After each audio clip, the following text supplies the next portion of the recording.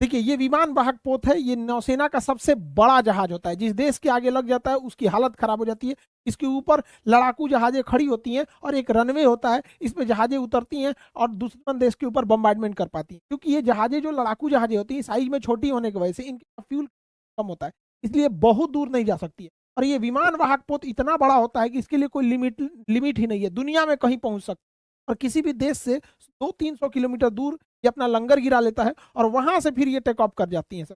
और फिर वापस आते हैं, फ्यूल भरते हैं, मिसाइल भरते हैं। वरना पता चला हम लोग को अगर किसी दुश्मन देश जैसे चाइना पे हमला करना है आप, तो जाके पता चला फ्यूल ही खत्म हो गया या फिर इमिशन खत्म हो गया, बम खत्म हो गया, तो वापस आते आते हालत खराब हो जाएगा।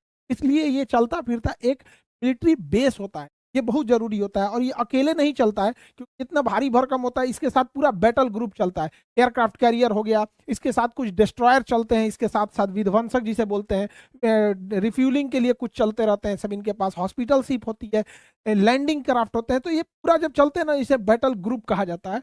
तो ये दूर की लड़ाई में काम आते हैं। अब जब हम दुश्मन देश के ऊपर उतरते हैं तो हमें लैंडिंग प्लेटफॉर्म की जरूरत होती है और कुछ एम्फीबियन एयरक्राफ्ट की जरूरत होती है जो पानी और जमीन दोनों पे चल सकते हैं। लैंडिंग एयरक्राफ्ट एक बड़े होलो खोखले शेप के होते हैं जिनके अंदर टैंक, ट्रक, सैनिक भर दिया जाता है और ये जहाजों को दुश्मन देश के पास ले आके लगा दिया जाता है। और दुश्मन देश के पास लगा दिया जाता है, इसमें से हमारे सैनिक जो होते हैं इसके ऊपर निकल के हमला कर सकते हैं, इसलिए इसे हम लैंडिंग प्लेटफॉर्म के तौर पे। अगला जो होता है सुपर फास्ट के तौर पे यूज होता है होवरक्राफ्ट। होवरक्राफ्ट के नीचे एयर भरा होता है, ये बहुत तेज गति से आगे बढ़ते हैं यहाँ पर। होवरक्राफ्ट छोटे साइज के होते हैं, ये एंटी शिप पे हमला कर सकते हैं। किसी भी जगह पे अचानक पहुंचना है, तुरंत जल्दी से पहुंचना कंडीशन में होवरक्राफ्ट का यूज ज्यादा किया जाता है। अब मेन बैटल को समझते हैं, डिस्ट्रॉयर क्या होते हैं। विमान वाहक पोत जो एयरक्राफ्ट कैरियर होता है वो बहुत बड़े साइज का। के बाद अगर सबसे ज्यादा किसी का यूज होता है तो डिस्ट्रॉयर का होता है, हिंदी में विध्वंसक कहते हैं। ये बहुत विशाल आकार का जहाज होता है, जैसे हमारा कोलकाता का क्लास का डिस्ट्रॉयर वगैरह, ये सब बहुत विशाल आकार के। इनमें हर तरह के हथियार होते हैं, पनडुब्बी को मारने के लिए, एयरक्राफ्ट को मारने के लिए, शिप मारने के लिए, सरफेस टू एयर हवाई जहाज को मारने के लिए, माइन स्वीपिंग, हर तरह के हथियारों से ये लैस होते हैं। इनका आकार बहुत बड़ा होता है, इस वजह से ये तुरंत टर्न नहीं ले पाते, इसीलिए इनका ही एक छोटा रूप बनाया गया। सेम यही चीज होकर थोड़ा छोटा रूप बनाया गया जिसे हम फ्रीगेट कहते हैं। फ्रीगेट कंपेरेटिवली डिस्ट्रॉयर के तुलना में थोड़ा छोटे होते हैं, जिस वजह से इनके पास हथियार कम आता है, मिसाइलें कम होती हैं, बट ये हल्के होने के कारण बड़ा तेज मूव कर लेते हैं, तुरंत अपना लोकेशन बदल देते हैं, जिस पर हमला करना थोड़ा मुश्किल। डिस्ट्रॉयर का ही छोटा रूप जो होता है वो फ्रीगेट होता है। डिस्ट्रॉयर दूर तक हमला करता है, फ्रीगेट कम दूरी तक मारता है, मीडियम रूज। और सबसे छोटा आकार का जंगी जहाज जो होता है उसे कॉर्वेट कहते हैं। कॉर्वेट जो होते हैं बहुत छोटे आकार के होते हैं, बहुत दूर तक नहीं जा पाते, लेकिन बहुत तेज मुनेवरेबल होते हैं, ये सब बड़ी तेज घूम जाते हैं, सब छोटे छोटे साइज के ही होते हैं। यहाँ पे बेसिकली इन्हें मिसाइल लॉन्च करने के लिए ही यूज किया जाता है। छोटे होते हैं, कहीं जाके किसी जहाज को मार के चले। और इन्हें ना पकड़ना भी बड़ा मुश्किल, रडार में पकड़ाते हैं तो ऐसा लगता है मछली मारने वाला जहाज है, लेकिन बड़े घातक होते हैं। भारतीय नौसेना इसकी अहमियत को समझती थी। 1971 के युद्ध से पहले भारतीय नौसेना की तैयारी थी ऐसे ही कॉर्बेट्स को, जो मिसाइल कॉर्बेट जहाजें थे, इन्हें रसिया से प्राप्त करना। रसिया का एक जगह है व्लादिवोस्टक, ज्योग्राफी में आपको पढ़ाए थे। व्लादिवोस्टक से एक ट्रेन जाती है सेंट पीटर्सबर्ग तक, दुनिया की सबसे लंबी रेल मार्ग है, ट्रांस साइबेरियन का। ट्रांस मतलब इस पार से उस पार, साइबेरिया इधर का भाग साइबेरिया कहलाता है, ये वाला भाग यूरेशिया कहलाता है। खैर ये तो ज्योग्राफी का पार्ट हो। ये जगह है व्लादिवोस्टक। तो व्लादिवोस्टक में भारत ने 1971 के जंग के मद्देनजर रखते हुए यहाँ रसिया को ऑर्डर दिया कि कुछ मिसाइल कॉर्बेट बनाने के लिए। कॉर्बेट छोटे होते हैं, तो मिसाइल को लगाया गया। स्टिक मिसाइल्स थी, बहुत बेहतरीन निशाना लगाती थी, एनालॉग। यहाँ ये बना दिया गया और यहाँ से इन कॉर्बेट को कोलकाता लाया गया। ये इतनी छोटी होती है कि अपने से नहीं आ सकती, फ्यूले खत्म हो जाता है, इस जगह पेट्रोल भरना पड़ता है, इसलिए इन्हें दूसरी जहाज पे लाद के कोलकाता लाया गया। फिर कोलकाता से उतारा गया क्रेन की मदद से पानी में, और उसको रसरी से बांध के, मोटका रस्सा रस्सा से बांध के कलकत्ता लाया गया। कलकत्ता से मुंबई लाया गया, कहा गया कि यहाँ तुमको खड़ा रहना है क्योंकि 1971 में पाकिस्तान की कमर तोड़ना। क्या दिए 71 का जंग भी चालू हो गया। पता चला कि ये आधी रास्ते जाएंगे तो इनका फ्यूल खत्म हो जाएगा।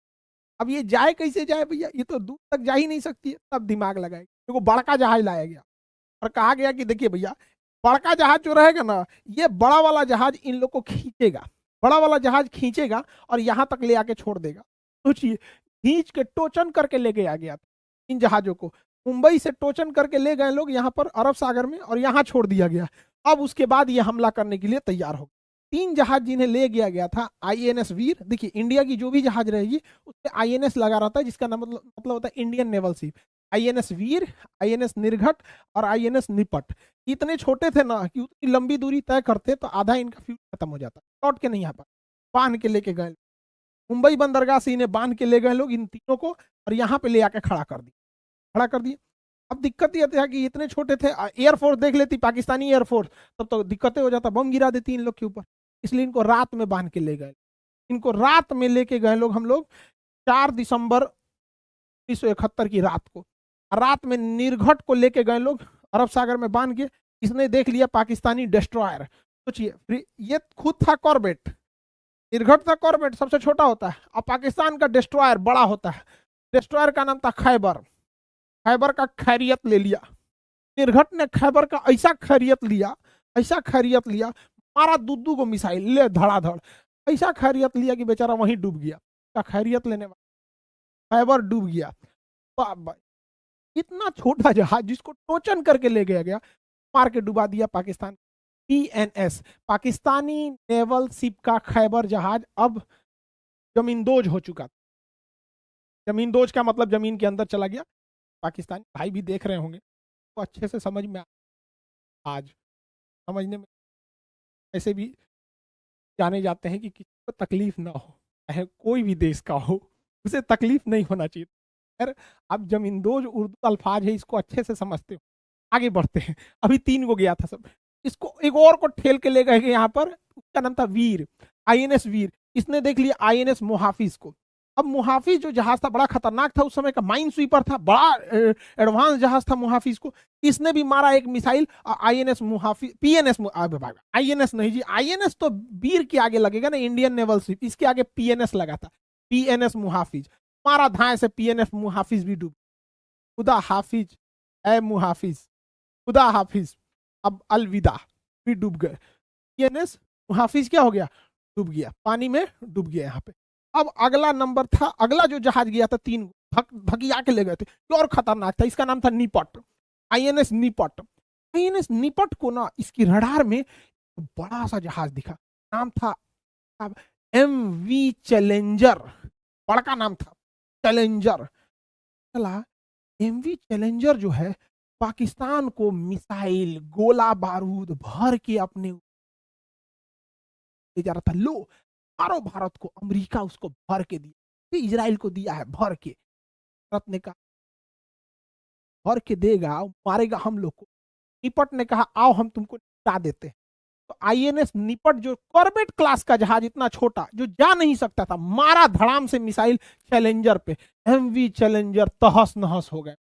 अब बिना कुछ बचाए 30 सेकंड के अंदर जमीन दोज हो गए, पानी दोज हो गए।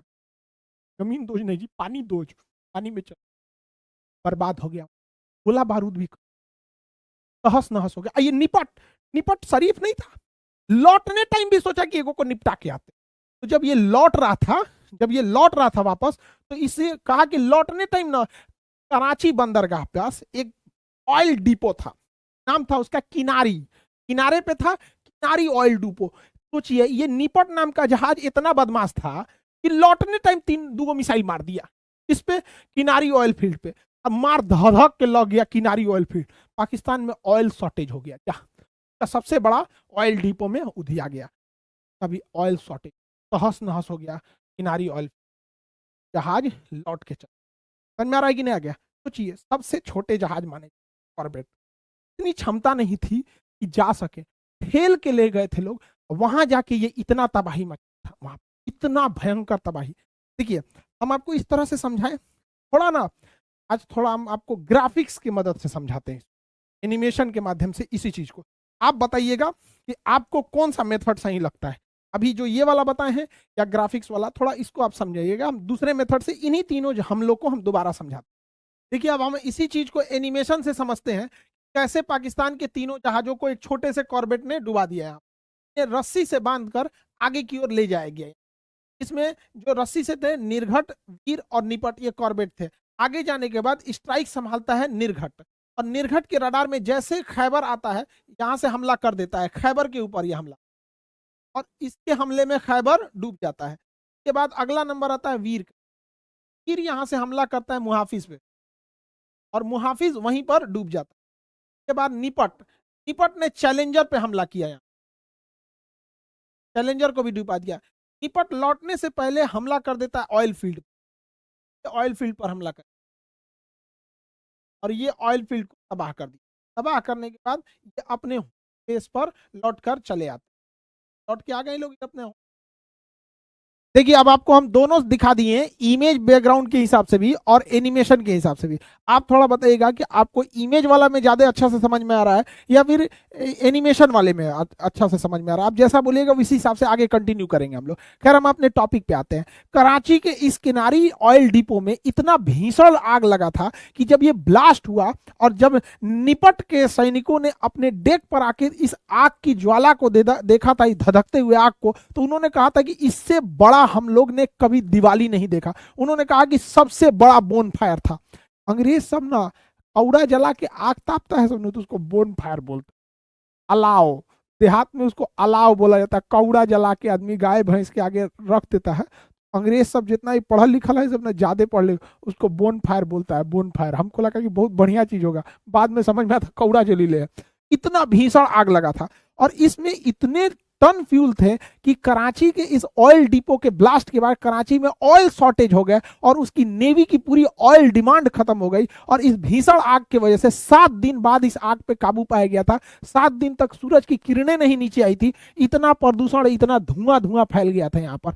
और इस जबकि इसे कॉर्बेट से हमला किया गया था। इस हमले में भारतीय नौसेना के कॉर्बेट रात में हमला कर रहे थे और रात में हमला करने के बाद वजह से ये जल्दी पकड़ में नहीं आ रहे थे और पाकिस्तानी एयरफोर्स के जितने भी जहाज थे वो कोई नहीं आया इनसे लड़ने के लिए। तो इनको कोई टेंशन ही नहीं, दौड़ा दौड़ा मारे थे सब, इनको कोई मारने वाला भी नहीं था यहाँ पे। तो पाकिस्तानी वायुसेना अगर कुछ रिटेलिएट करती तो शायद भारतीय जो नौसेना है वो उतना खुलकर हमला नहीं कर पाते। लेकिन ये बेचारा काहे नहीं लड़ा तुम लोग, लड़ना चाहिए तुम लोग को, अब नहीं लड़ा तो हम क्या करें यहाँ पे। देखिए जब ये लड़ाई चल रही थी, निपट, निर्घट, वीर जब हमला कर रहे थे, तबातोड़ हमला कर रहे थे, तो इन पूरे हमले को रसिया से बैठ के सैटेलाइट इमेज के माध्यम से देखा जा रहा था। और वहां के नौसेना प्रमुख थे एडमिरल गोशकोव। एडमिरल गोशकोव देख के दंग रह गए कि भाई जिन जहाजों को बनाया ही नहीं गया था इतने दूर हमला करने के लिए, जो इतना खतरनाक थे ही नहीं, उनसे ये लोग कैसे रस्सी से बांध कर खींच कर ले जाके और उस तट पर हमला करके चले आए। तो इन्होंने कहा कि हम जाकर भारत के उन सैनिकों से मिलना चाहते हैं। तो ये भारत आए थे स्पेशली उन सैनिकों से मुलाकात करने के लिए। एडमिरल गोशकोव, जब भी कोई नौसेना का प्रमुख आता है तो उन्हें हम लोग नौसेना की परंपरा के हिसाब से भोज पर आमंत्रित करते हैं और वो भोज नौसेना के बड़ी जहाजों पर दिया जाता है। हालांकि ये कॉर्बेट पे ही, उस आईएनएस वीर, निर्भट पे ही जाना चाहते हैं, बट वो इतना छोटे थे कि इतने बड़े अधिकारी को भोज के लिए वहां आमंत्रित नहीं किया जा सकता था। तो एडमिरल गोशकोव को आईएनएस विक्रांत पर आमंत्रित किया गया भोज करने के लिए वहां पर। और आईएनएस विक्रांत उस समय 71 की लड़ाई का हीरो था। इस एयरक्राफ्ट कैरियर पर इन्हें लाया गया एडमिरल गोशकोव को। उस समय भारतीय नौसेना के प्रमुख थे SM Nanda, admiral SM Nanda. और एडमिरल एसएम नंदा से इन्होंने अनुरोध किया कि हमें उन लोगों से भी मुलाकात करनी है जो इस लड़ाई में कॉर्बेट चला रहे थे। वहां इन्होंने भोज किया और मुलाकात किया एसएम नंदा से वहां पर। एडमिरल गोशकोव एक बहुत बेहतरीन नौसेना प्रमुख थे। जब ये रशियन नेवी से रिटायर हो गए तो इनके नाम पर विमान वाहक पोत बनाया गया। विमान वाहक पोत का नाम था गोशकोव, इन्हीं के नाम पर बनाया गया था, एडमिरल गोशकोव के नाम। ये विमान वाहक पोत बनाया गया था यूएसएसआर, सोवियत संघ, union of Soviet socialist Republican, Russia का पुराना नाम था। 1991 में रसिया 15 भागों में टूट गया। इतना भीषण टूटा, अर्थव्यवस्था तहस नहस हो गई। एडमिरल गोशकोव जो जहाज था बेसिकली हेलीकॉप्टर कैरियर था। ये हेलीकॉप्टर को ले जाने के लिए डिजाइन किया गया और मिसाइल लॉन्चिंग ट्यूब्स थे सब यहाँ पर, जो हमला करने के लिए भी थे वहां पे पहले से वहां। तो एडमिरल गोशकोव को खर्चा चलाना इतना टफ हो गया था कि रशियन गवर्नमेंट इसे अब सरवाइव नहीं कर पाई और ये वैसे ही पड़ा हुआ था। इंडियन नेवी की इस पे नजर गई। इंडियन नेवी ने इसे सेकेंड हैंड खरीद लिया, एडमिरल गोशकोव को सेकेंड हैंड खरीद लिया। लेकिन इंडियन नेवी को हेलीकॉप्टर कैरियर की जरूरत नहीं थी, उसे एयरक्राफ्ट कैरियर की जरूरत थी। इसे रिनोवेट करके हेलीकॉप्टर से हटाकर दोबारा इसी को हम लोगों ने एयरक्राफ्ट कैरियर में कन्वर्ट करा लिया और एडमिरल गोशाको हो गया आईएनएस विक्रमादित्य। तो आईएनएस विक्रमादित्य का पुराना नाम एडमिरल गोशाको। इंटरनल सिक्योरिटी जब यूपीएससी मेंस में लिखने बैठिएगा, इंटरनल सिक्योरिटी या फिर डिफेंस वाले मैटर पे या फिर साइंस एंड टेक वाले में इसकी विक्रांत के बारे में या नौसेना के स्थिति में आता है तो विक्रमादित्य का पुराना नाम एडमिरल गोशाको जरूर लिखिएगा वहां पर। ये इसका पुराना हिस्ट्री रहा है एडमिरल गोशाको का। सोचिए उस समय कितने बहादुर हमारे लोग थे वहां पर। 1971 में अमेरिका का साथ देने के पाकिस्तान का साथ देने के लिए अमेरिका चला आया था। उस समय हमारे नौसेना को लीड कर रहे थे एस एम नंदा साहब, एडमिरल एस एम नंदा। हमारी थल सेना को लीड करते हैं सैम बहादुर, सैम हारमू जी, फ्रेम जी, जमशेद जी मानेकशा, हमारे फील्ड मार्शल साहब। वायु सेना को लीड कर रहे थे पीसी लाल। ये इतने बहादुर जंगबाज थे ये लोग, इन लोग को सैल्यूट। इन लोगों ने पाकिस्तान का इतिहास क्या भूगोल बदल डाला। और उस समय प्रधानमंत्री थी हमारी iron lady Indira Gandhi. Iron lady Indira Gandhi ने एस एम नंदा साहब को बुलाए और कहा कि अमेरिका ने तो अपना 7वां बेड़ा भेज रखा है, आप कैसे निपटिएगा उनसे। तो इन्होंने समझाया इंदिरा गांधी को कि अमेरिका केवल दबाव बनाने आया है, वो कभी लड़ाई में नहीं लड़ेगा। और हकीकत में भी यही है, अमेरिका डायरेक्ट लड़ाई में नहीं लड़ता है। अब देखिए इजराइल और हमास की लड़ाई हो रही है तो अमेरिका अपना दूध को एयरक्राफ्ट कैरियर भेज रखा है, इजराइल को कह रहा है मारो हमास को, मारो हमास को, बैकअप में खड़ा रहता है। यही किया था अमेरिका ने, पाकिस्तान अपना बेड़ा भेज दिया था 7वां बेड़ा, पाकिस्तान को कह रहा था मारो भारत को, मारो भारत को, मारो अपने अब्बा को। अरे अब्बा से लड़ना आसान होता है क्या? अरे बाप बाप होता है। समझ में आ गया कि नहीं? इन्होंने कहा कि देखिए अमेरिका वाला हमला नहीं करेगा, आएगा भले यहाँ पे तो हम उसको अपनी जहाज पे चाय पीने के लिए आमंत्रित करेंगे। इंदिरा गांधी ने कही चाय ना, चाय ना, अंग्रेज जो कॉफी पिएगा सब, कॉफी। कहा ठीक ठीक ठीक, कॉफी पिला देंगे, आओ हमारी जहाज पे तोरा कॉफी पिलाते हैं। इतने बहादुर थे हम लोग। आयरन लेडी को नाम याद रखा जाता है क्योंकि बहुत बड़ी लड़ाई थी यहाँ पर। और उस समय के प्रधानमंत्री अमेरिकी राष्ट्रपति थे निक्सन, दबाव बना रहे थे कि भारत को वापस आ जाना चाहिए। अपना विमान वाहक पोत भेजे थे भारत पर हमला करने के लिए, 7वां बेड़ा भेज रखा था। रसिया ने भी भेज दिया अपना 40वां बेड़ा। और सबसे बहादुरी से हमारी सेना जो अंदर घुस गई थी सैम बहादुर के नेतृत्व में, इन तीनों सेना प्रमुख ने जो बेहतरीन काम किया था, जिसकी सराहना जितनी की जाए उतनी कम है। ऐसे बहादुर योद्धा हमारे देश में हुए तो छोटे से कॉर्बेट जहाज की मदद से दुनिया को दिखा दिए कि हथियार चाहे जितना भी छोटा क्यों ना हो, चलाने वाले का अगर कलेजा है ना तो पूरी दुनिया को झुकाया जा सकता है। तो आई होप आप इसको समझ गए होंगे। Aircraft carrier, hovercraft, destroyer, frigate, Corbett. Corbett तो सबसे छोटे होते हैं, एम्फीबियन एयरक्राफ्ट, इस सब के बारे में आप समझ गए होंगे। ये डिफेंस के एग्जाम में थोड़ा जरूरी हो जाता है।